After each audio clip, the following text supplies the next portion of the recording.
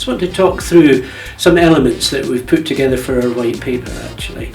And it starts actually with the building and the building outline. And buildings are different shapes, come in different sort of areas and size.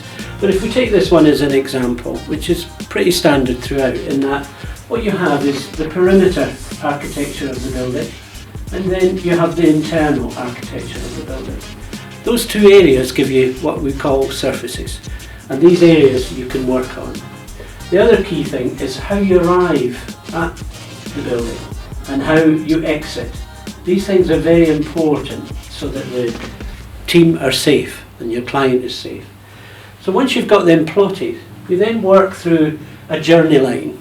Now that journey line can come from the brief that's been given or our workplace consultancy. And again, the brand team of any company will tell you about what they want to try and achieve. So you start and look at the plan from a journey line. Bear in mind you've got surfaces beyond that, which we've done and discussed at the first part. And those surfaces allow you to help with brand, navigation and everything else. From that, with the information you've got, the client will have said and workplace will have shown that you need certain amount of meeting rooms, certain sizes and certain equipment, services for printing, lockers and other things. So you start to plot these.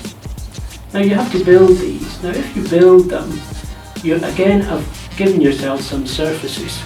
But if you could set them apart from the main frame of the building, then you've created surfaces and spaces in between what you've done, which, if we move up to this idea, we've highlighted in this colour.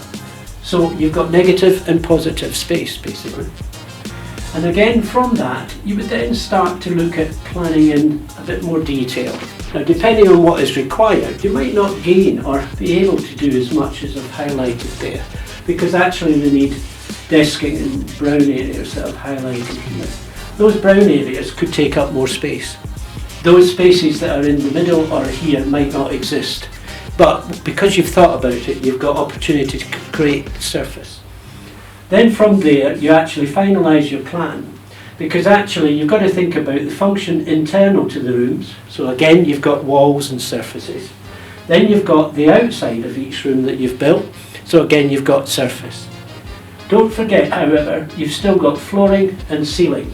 That's why if you then go to the sketches that we've highlighted here, you've got ceiling, floor and wall space. And if you treat the wall space as an area where you can actually show acoustics, writable and some sustainability.